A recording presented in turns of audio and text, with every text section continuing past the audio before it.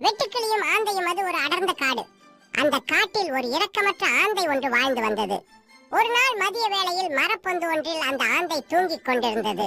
அந்த நேரத்தில் புல்தரையின் கீழே வெட்டுக்கிளி ஒன்று பாட்டு பாடிக்கொண்டே வந்தது. வெட்டுக்கிளியின் அந்த பாட்டு சத்தம் ஆந்தையின் தூக்கத்தை கெடுத்தது. உடனே ஆந்தை அந்த வெட்டுக்கிளியிடம் கொஞ்சம் பாடுவதை நிறுத்து என்று கேட்டது. வெட்டுக்கிளியோ அதை கேட்காமல் அந்த மரத்தின் கீழே பாடிக்கொண்டிருந்தது. மேலும் ஆந்தையை பார்த்து, நீ கண் தெரியாத குருட்டு பறவை, பகலில் வருவது கிடையாது, எல்லாரும் இரவில் தூங்கிய பின்புதான் நீ வெளியே வருவாய் என்று திட்டியது. தினமும் ஒரே மாதிரியான உணவினை சாப்பிட்டு வந்த ஆந்தைக்கு அந்த வெட்டுக்கிளி சாப்பிட வேண்டும் என்ற ஆசை வந்தது. தந்திரத்தால் தான் வெட்டுக்கிளியை அடக்க வேண்டும் என்று தீர்மானித்து, நண்பனே, என்னை தூங்க விடாமல் நீ செய்ய விரும்பினால் செய்துவிட்டு போ. உன் சங்கீதம் இனிமையானது, ஆனால் விழித்துக் கொண்டிருப்பவர்களுக்கு இனிமையாய் இருக்கும் பொருட்டு உன் சங்கீதம் உபயோகப்படட்டுமே.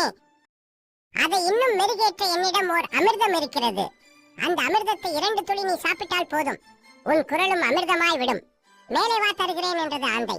ஆந்தையின் நயவஞ்சக பேச்சை கேட்டு மயங்கிய வெட்டுக்கிளி மரத்தில் ஏறி ஆந்தையின் அருகில் சென்றது. அருகில் வந்த வெட்டுக்கிளியை ஆந்தை பிடித்து நசுக்கிக் கொண்டது. நீதி பயமுறுத்தலை விட நயவஞ்சகம் பலமானது. இது மாதிரி கதைகள் பிடிச்சிருந்தா கொஞ்சம் லைக் பண்ணுங்க, கொஞ்சம் சப்ஸ்கிரைபும் பண்ணிடு.